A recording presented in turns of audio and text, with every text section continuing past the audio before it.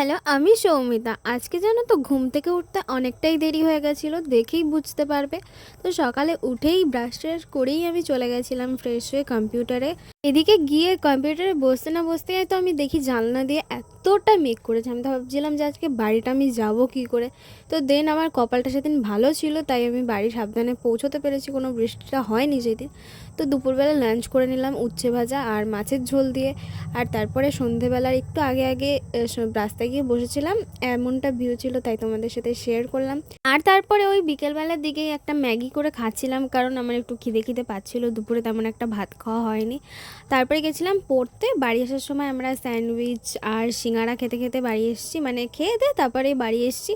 এসে এই যে আমার সোনাটাকে একটু আদর করে নিলাম, দেন তারপরে লাঞ্চ করে নিলাম। রাতে ছিল সয়াবিন আর ছিল বাঁধাকপি। তো তোমাদের ভিডিওটা ভালো লাগলে লাইক অ্যান্ড সাবস্ক্রাইব করে দিও। দেখা হচ্ছে নেক্সট মিনি ভ্লগে। টাটা।